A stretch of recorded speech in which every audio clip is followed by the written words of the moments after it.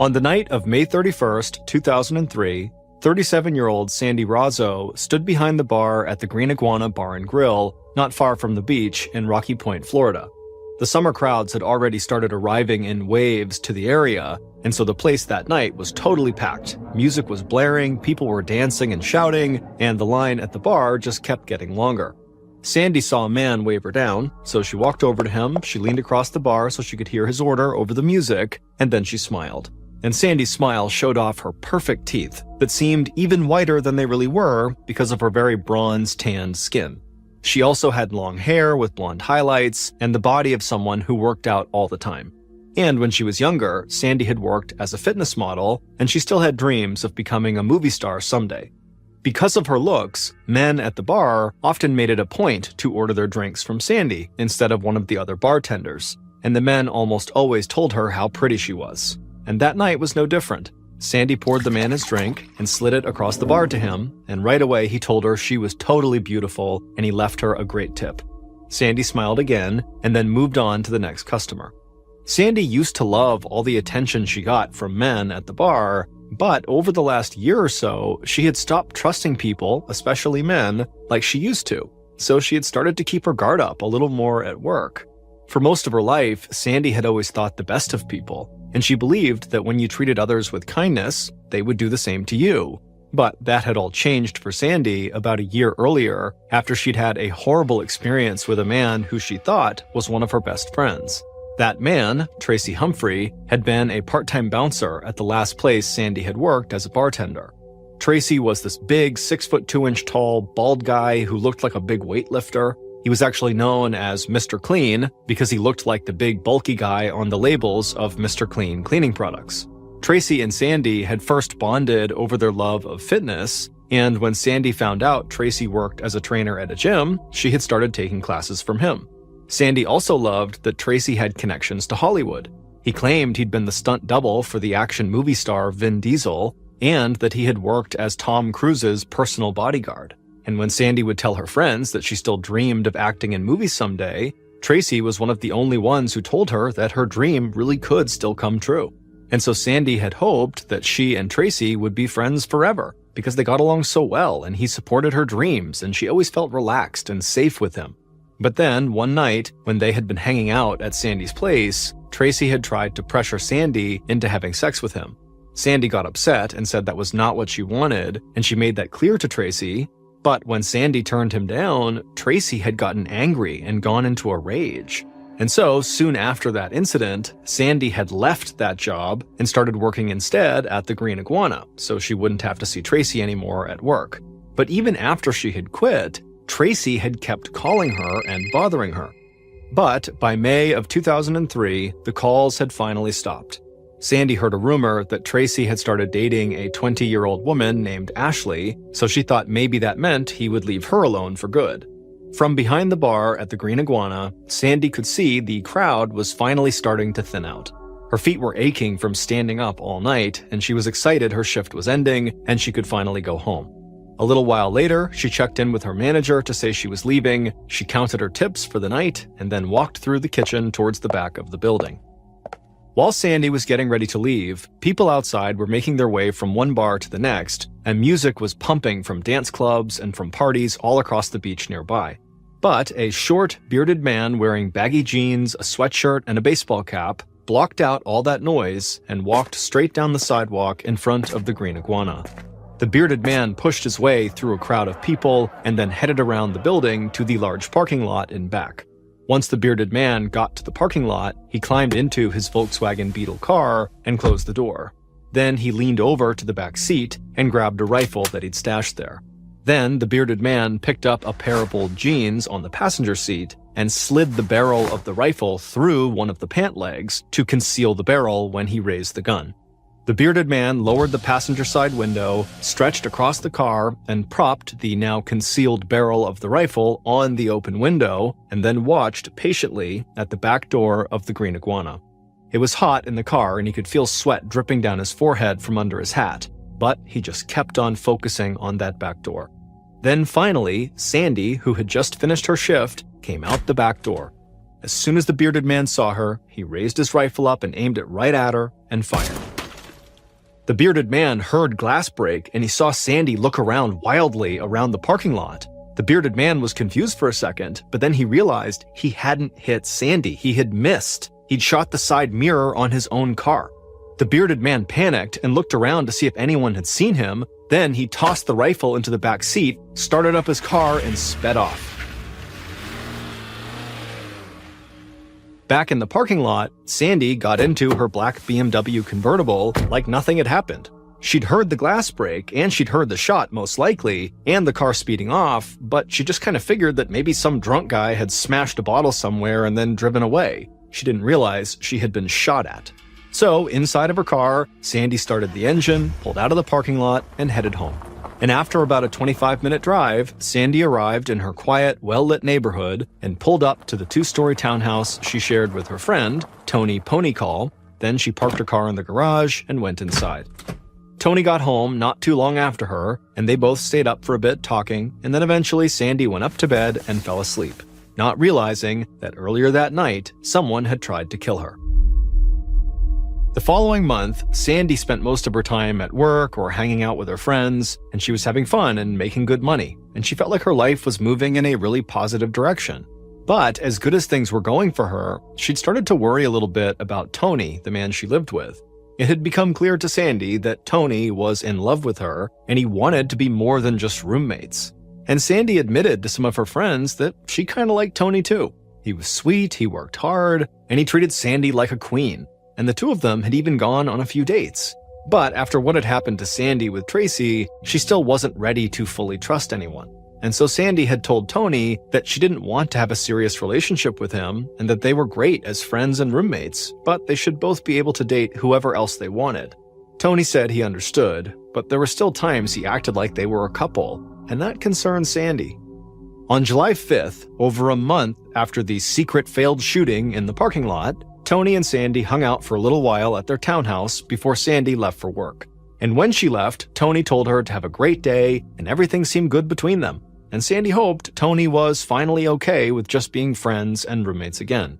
And when Sandy got to work, any thoughts about Tony quickly disappeared because the bar was so crowded that all she could think about was the next drink she had to make. July 4th weekend at the bar made other summer weekends look tame in comparison. And Sandy could feel her legs burning and her back aching as she made her way up and down the bar pouring drinks for what seemed like a never-ending line of customers. But even though she was tired and busy, she was still in a great mood because everyone was making a lot of money that night and all of the customers seemed like they were really having a great time. And then, after working non-stop for hours, Sandy's shift ended at about 10:30 p.m. So she counted up her tips, she said goodnight to everybody, walked through the kitchen, out the back door, and into the parking lot. And when Sandy stepped outside, she immediately heard a loud bang! And right away, Sandy was startled, but then she looked up and saw it was just fireworks exploding over the beach. Sandy smiled, climbed into her car, and headed home. And a little after 11 p.m. that night, Sandy pulled onto her street that was lined with small homes and townhouses just like hers, and she noticed how quiet everything was. She figured everybody must still be out, or they must have gone to bed early after partying the day before on July 4th. Sandy pulled into her driveway, she opened her garage door, and parked her car inside of the garage. She turned off her car's engine, pulled her keys out of the ignition, and leaned over to grab her purse on the passenger seat. But while she was leaning over, she heard something slam against the driver's side window. Sandy turned to see what had made the noise, and a look of fear came across her face. Then Sandy screamed, raised her feet up, and began kicking the driver's side door over and over and over. A few minutes after Sandy had gotten home, her roommate, Tony, flipped on the light in their kitchen. Tony was tan with short brown hair, and he was only wearing boxer shorts. He'd expected Sandy to stay out late that night, so he'd gone up to bed. But when he heard something going on in their garage, he headed back downstairs to see if Sandy had gotten home. So Tony walked across their kitchen and opened the door that led out to the garage, and he saw Sandy's black BMW parked right there. But he didn't see Sandy in the car. Tony shouted her name in case maybe she was outside out front of their property, but she didn't yell back. So Tony took a few steps into the garage towards Sandy's car, then he leaned forward and looked in through the passenger side window, and right away his breath caught in his chest. In the car, Tony saw Sandy lying slumped over the center console, and her car seats were covered in blood. Immediately, Tony ran around to the driver's side of the car, and as he did, he felt glass pierce his bare feet, and he saw the driver's side window was shattered. Tony shook off the pain in his feet, he opened the door and climbed inside. He pulled Sandy into his arms and tried to talk to her, but she was unresponsive. Then Tony reached into Sandy's jean pocket, grabbed her cell phone, and dialed 911. The emergency operator picked up, and right away, a look of complete calm suddenly came across Tony's face. And when the operator asked him what was wrong, Tony said in a slow, steady voice that his girlfriend was bleeding in her car and he couldn't wake her up. At about 11:30 p.m., 15 minutes after Tony had made that 911 call, Detective Scott Golcheski of the Pinellas Park Police Department was sitting on the couch at his house when his cell phone rang. Ski, as everybody called Detective Golcheski, had spent a relaxing weekend celebrating the 4th of July. But as soon as he heard his phone ring late at night, he knew his relaxing weekend had just come to an end. Ski answered the phone and had a quick conversation with his boss, and a few minutes later, he was on the road heading to Sandy's townhouse. As Ski drove through the neighborhood and turned onto Sandy Street, he was a little surprised this was the call he'd gotten. On a holiday weekend, his first thought had been that maybe something had happened in the part of town where a bunch of people were drinking at the clubs and bars. But when he parked in front of Sandy's townhouse on her quiet street, he figured he was most likely dealing with a domestic dispute that had turned violent. Ski stepped out of his car and walked up Sandy's driveway. He was in his late 30s, and he was average height with broad shoulders and short brown hair. He'd lived in Florida for years, but he'd grown up in New York and had never lost his New York accent. Ski heard one of the officers who was already on the scene call out his name, so he walked towards them in the garage and saw Sandy's black BMW. Glass from the shattered driver's side window was all over the ground, and Ski saw bloody prints from someone's bare feet. And when he looked in the car, he saw the seats and floorboards were spattered with blood. The officer who had called him over told Ski that a woman in her 30s, Sandy Razzo, had been shot in her car. The victim had been rushed to the hospital, but she had been pronounced dead not long after her arrival. Ski asked who had called 911, and the officer said Sandy's boyfriend. And he also said a cop at the hospital told him that the boyfriend had followed the ambulance to the hospital in his own car before police had arrived at the townhouse. Ski made a mental note of that. There was nothing strange about a boyfriend rushing off to the hospital where his girlfriend had been shot, but police must have been very close behind the ambulance, and so he wondered if maybe the boyfriend had wanted to get away before having to face the cops. Then, a ballistics expert on the scene walked over to Ski and pointed out where they had found multiple shell casings in the car and in the garage. And Ski realized that whoever had shot Sandy made little or no effort to cover their tracks. And Ski thought that could indicate one of two things. Someone had either seen the shooter in the act, and so the shooter had panicked and ran, or the shooter had very little experience with firearms and didn't understand all the evidence a gun could leave behind. Ski wanted to test out his first theory and see if anyone had caught the shooter in the act, so he and a few other officers started going door to door in the neighborhood to ask questions. But Sandy's neighbors had either been out when the attack took place, or they had already gone to bed, and so nobody had heard or seen a thing. So after canvassing the neighborhood, Ski went back to Sandy's townhouse. He and the other officers had already been in there for hours, but he told himself he wasn't going to sleep until he was sure they had found every piece of evidence possible at the crime scene.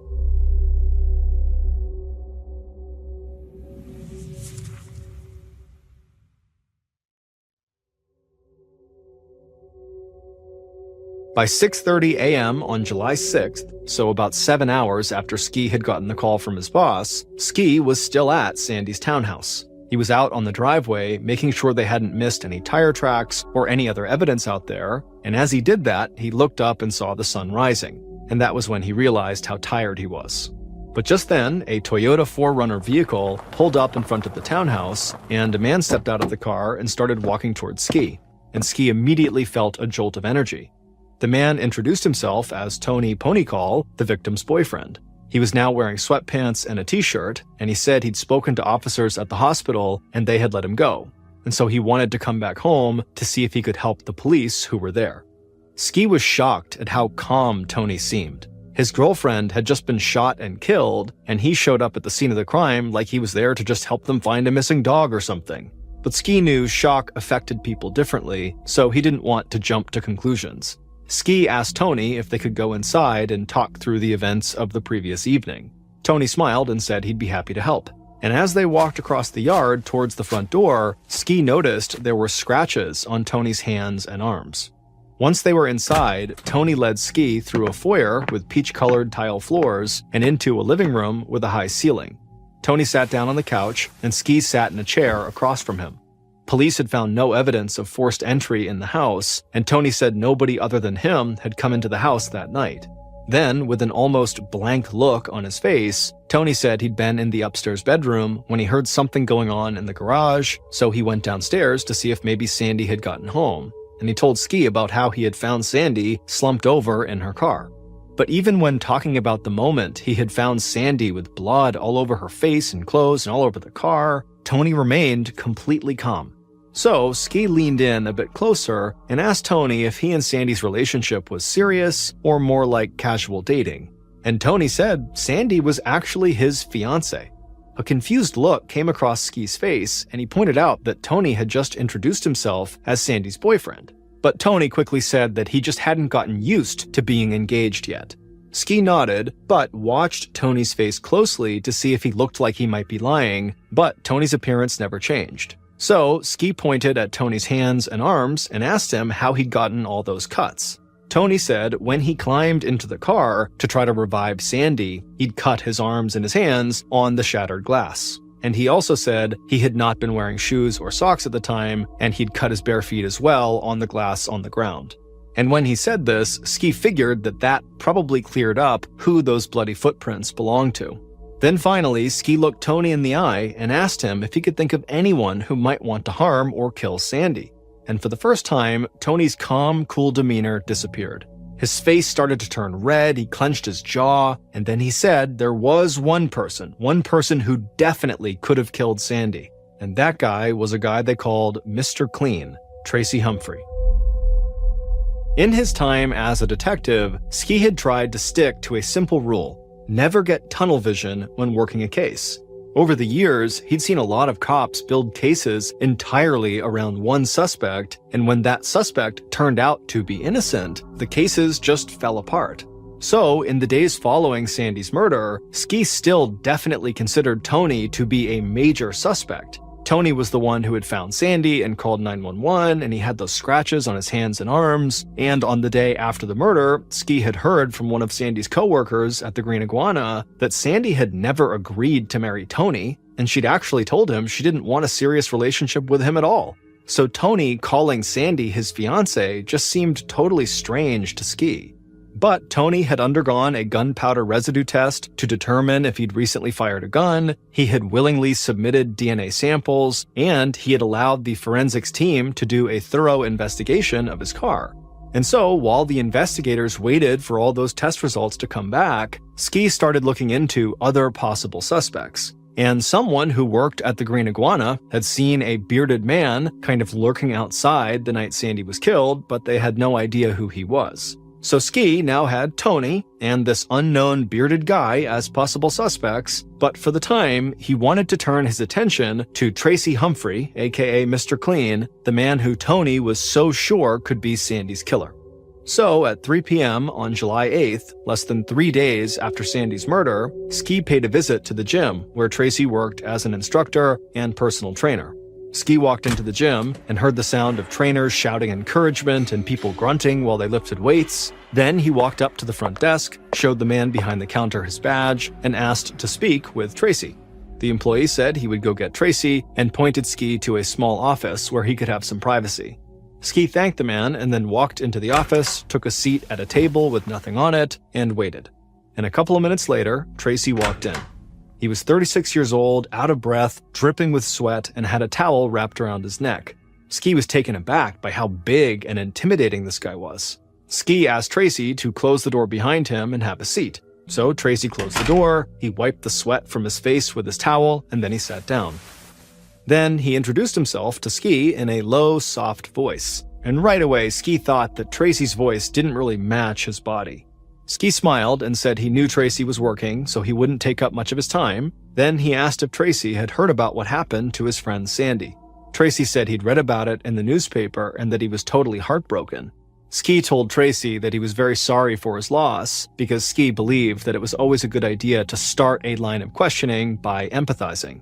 But before Ski could actually ask a follow-up question, Tracy suddenly stood up and said he did not feel comfortable talking to police at work, and that if Ski had a problem with that, he could contact Tracy's lawyer. Ski was surprised the conversation had taken such a quick turn, and it definitely made him question why Tracy wanted to get out of there so fast. But he didn't have anything to charge Tracy with, so he just thanked Tracy for his time, stepped out of the office, and walked back through the gym. And when Ski stepped outside, right away he felt the sun on his face and a warm breeze blowing. The temperature was about 90 degrees Fahrenheit, and Ski thought that this was the perfect kind of summer day to go to the beach. And right there, it struck him that Sandy would never get to enjoy these perfect summer days in Florida ever again because someone had robbed her of her future. And that made Ski very angry. He wanted to find Sandy's killer as fast as he could. And the conversation he just had inside the gym made him want to dig a lot deeper into Tracy's life. Over the following week, Ski and the investigative team returned to Sandy's townhouse multiple times to see if any new evidence had emerged. And they also followed up with Sandy's coworkers to see if they remembered something from the night of Sandy's murder that they might have overlooked the first time they were interviewed. But nothing new surfaced. So during that time, Ski also did something that some other detectives might not have done. Ski's father had been a fireman, and so Ski had always admired firefighters and had close relationships with a lot of them in the area.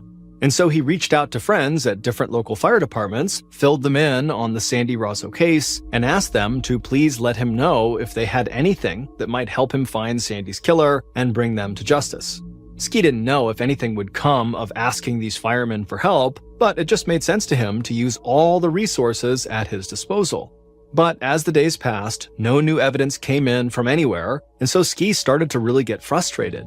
And he wanted to move the investigation forward, but he'd run into a big problem. Tracy's lawyer had told Tracy not to say another word to police about Sandy's murder. And that was a major roadblock for Ski, because even if Tracy hadn't killed Sandy, the police couldn't rule him out if they didn't get any information from him. But Ski refused to let this lawyer bring his investigation to a stop, so he came up with a plan to work around Tracy. Ski had learned that Tracy recently married a 20-year-old woman named Ashley who worked with him at the gym. So he figured if he couldn't talk to Tracy, maybe he could talk to Tracy's new wife. But Ski wanted to make sure Ashley was alone when he met with her, because if Tracy was there, Ashley almost certainly would be told not to talk. So at around 3 p.m. on July 16th, 11 days after Sandy's murder, Ski drove to the gym where Tracy and Ashley worked and parked right outside. Then he stepped out of his car and walked right up to the large windows out front and pressed his face up to the glass to look inside. But he couldn't see if Tracy or Ashley were in the gym or not. So Ski went inside, walked up to the employee he'd met there the last time, and asked if Tracy was working. The man said he was, but that he just started teaching a class. So Ski asked if Ashley was working, and the man said no, she had the day off. And that was all Ski needed to hear. He turned around, rushed out of the gym, and ran to his car.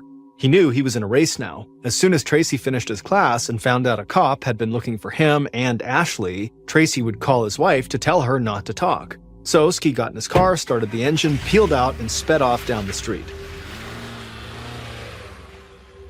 And about 10 minutes later, after speeding across town, Ski hit the brakes and parked his car in front of the apartment building where Tracy and Ashley lived. He took a deep breath, calmed himself down, and then got out of the car and walked to their apartment. After knocking on the door opened, and it was Ashley. Ashley was pretty with long brown curly hair and big eyes, and she was wearing shorts and a t-shirt. Ski showed her his badge and asked if he could come inside and talk for a bit. Ashley shifted back and forth on her feet, and she had a nervous look on her face, but she said okay. Ashley closed the door behind them and then led Ski to their living room. Ashley walked around a wooden coffee table and sat down on the couch, and Ski took a seat in a nearby chair. Once they were seated, Ski asked her how long she'd been married to Tracy, and Ashley said they'd actually just gotten married on July 4th at the gym where they worked. Ski smiled and said it must have been nice to have a wedding on a holiday with fireworks going off all night. Then Ski asked her if she and her new husband had gone on a honeymoon right after their wedding. But Ashley laughed and said the following night, July 5th, they just rented some movies, ordered pizza, and just hung out on the couch. Ashley shifted her position on the couch and asked what this was all about. But Ski just kept on smiling and asked where they had rented the movies and gotten pizza from. And Ashley gave him the name of the video store and the pizza place. Then Ashley's cell phone, which was sitting on the coffee table, started to ring. She sat up straight and looked at the phone and then asked Ski if she could answer it, and Ski said, of course, it was her phone. So Ashley grabbed the phone, walked into the kitchen, and answered the call. And when Ski heard her talking from the other room, he knew it was Tracy on the other line and that getting any more information out of Ashley was going to be impossible. But Ski kept on smiling because he'd gotten what he'd came for. Ashley had just given Tracy an alibi for the night of the murder, and now Ski just had to follow up on it. So, after Ashley hung up and came back into the living room, Ski immediately just thanked her for her help and then walked outside to his car. And not long after that, he drove to the video store that Ashley had mentioned, and an employee there pulled up Tracy's rental history and showed Ski that Tracy had indeed rented movies a few hours before Sandy had been murdered. After that, Ski drove to the pizza place that Ashley said they'd ordered from, and one of the pizza delivery drivers there pulled up their records on their computer, and the records showed that Tracy had ordered pizza less than an hour before Sandy's murder. And then the delivery driver told Ski that he remembered delivering that pizza to a tall, big, bald guy a little after 11 p.m. on July 5th, almost the exact time Sandy had been killed. Ski thanked the pizza delivery guy and then went back outside, got into his car, and headed for the police station. And as he drove, he felt like even though this was great information, it was like he had hit a big dead end.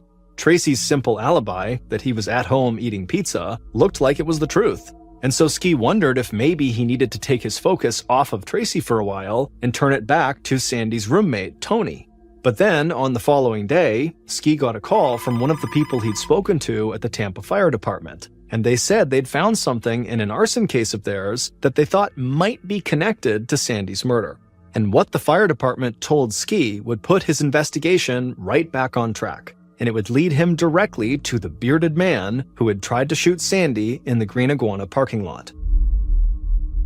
Based on the report that Ski received from the fire department, evidence found at the crime scene, and information gathered throughout the investigation, here is a reconstruction of what police believe happened to Sandy on July 5th, 2003. A little after 10:30 p.m. on July 5th, Sandy's killer had fallen asleep in a compact rental car in the Green Iguana parking lot. The killer was wearing a baseball cap pulled down low just above their eyes, and the thick sweatshirt and pants they were wearing had caused them to get so hot inside of the car that they dozed off for a few minutes. But then, the sound of a car door slamming nearby had woken them up. They looked out the windshield and saw Sandy driving off in her black BMW. The killer immediately sat up straight and yelled out in frustration, and then slammed their hands down on the steering wheel. The killer had intended to shoot Sandy right there in the parking lot, but now that wasn't an option. So the killer glanced over and looked at their Ruger .22 caliber pistol on the passenger seat, and then they started the car and pulled out onto the street behind Sandy's BMW. The killer still felt a little out of it from having fallen asleep, and their hands were sweaty on the steering wheel, but they managed to weave their way through holiday weekend traffic and keep up with Sandy's car. Then, after about 25 minutes, the killer followed Sandy as she turned off a main road into her neighborhood. The killer eased off the gas to make sure they didn't get too close to Sandy's car. The killer saw Sandy pull into her driveway, open the garage door, and park her BMW inside of the garage. So the killer pulled the rental car right up to the curb in front of Sandy's townhouse. Then, with their heart pounding in anticipation, the killer wiped the sweat from their eyes, they grabbed the pistol off the passenger seat, opened the car door, and ran up the driveway into the garage. Once the killer was inside, they saw Sandy leaning over the passenger seat to grab her purse. So the killer ran up to the driver's side, raised the pistol, and slammed the butt of it into the window and held their hand up to shield their eyes from the glass. But they didn't break the window. Instead, the killer looked down and saw the glass intact, and inside the vehicle, Sandy had heard the sound, whipped herself around, and was looking up at them with a look of fear and confusion on her face. Then Sandy began screaming and she raised her foot and began kicking the driver's side door over and over again, trying to open it to maybe slam into the killer. But the door didn't open and Sandy just kept on kicking. Meanwhile, the killer could feel every muscle in their body start to tense up, and more sweat dripped down their face and neck, and their chests started to feel tight, and in a panic, the killer just raised their gun right up to the window and fired into the car. The window shattered and glass flew at the killer, but they kept on firing over and over again until they had unloaded all 8 rounds into the car. Inside the BMW, Sandy was bleeding from her torso, her foot, her head. Blood covered her face and clothes and was spattered on the car seats and floorboards. She was choking, her vision was fading, and she was struggling to breathe. Then everything went black, and Sandy slumped over the center console. After looking inside the car and making sure Sandy was motionless, the killer turned and ran out of the garage, back down the driveway, got into their rental car, and once inside, they took a deep breath and put the pistol back on the passenger seat, right next to the fake beard they had been wearing earlier that night. It would turn out the short, bearded man who had failed to kill Sandy in May when they had fired at her coming out of the bar and missed, and then had successfully killed Sandy on July 5th, was really a woman in disguise. It was Ashley Humphrey, Tracy's new wife. And on both occasions, Ashley had disguised herself as a man by wearing baggy jeans, a big sweatshirt, a baseball cap pulled down low, and a cheap fake beard. And she had made a point to be seen looking like a man by other people outside the Green Iguana, which is why she was kind of lurking around. She wanted to be seen. But on the night of the actual murder, Ashley, who had been wearing the beard, had been sweating so much that she had removed it when she'd actually gone inside the garage to kill Sandy. And it was the call from the Tampa Fire Department that actually led Ski back to Ashley almost right after he had thought about moving on from her and her husband. On the night of Ashley's failed murder attempt on Sandy back in May, she had accidentally shot her own car's side mirror, and Ashley had worried that the bullet hole in her mirror would eventually attract police attention. So, in a total panic, Ashley had driven her Volkswagen Beetle with the shot-up side view mirror to a vacant lot and then set it on fire. And when the fire department investigated what they believed was a case of arson, they had traced the burned Volkswagen back to Ashley. And then, when they had talked to Ski about this, they realized that Ashley was in a relationship with Tracy Humphrey, who was one of Ski's major suspects. And so, Ashley was ultimately arrested, and she confessed to killing Sandy. But the case didn't end there. Leading up to Ashley's trial, she cooperated with police, and she said Tracy had threatened her with violence in order to force her to murder Sandy. And she said Tracy had even made her marry him the night before the murder because spouses cannot be forced to testify against each other in court. And it would turn out that Tracy had a clear motive for wanting to kill Sandy, because the fight he had had with Sandy when she refused to have sex with him had actually been far worse than most of Sandy's friends knew. On that night, after Tracy had flown into a rage, he had beaten Sandy and raped her. And eventually, Sandy had filed charges against Tracy, and his trial was set to start in August of 2003. So, he had gotten Ashley to kill Sandy so the state wouldn't have a witness to prove the allegations against him, and the trial would just go away. Despite Tony Ponycall's odd decision to call Sandy his girlfriend and then also his fiancée when talking to police, along with his weirdly calm behavior in the immediate aftermath of Sandy's murder, he was not actually in any way connected to her death. Ashley was convicted of second-degree murder and sentenced to 25 years in prison and is scheduled for release in 2028. As for Tracy, in the lead-up to his murder trial, several women stepped forward and shared their own stories about how he had also abused them. Tracy was ultimately convicted of murder and sentenced to life in prison.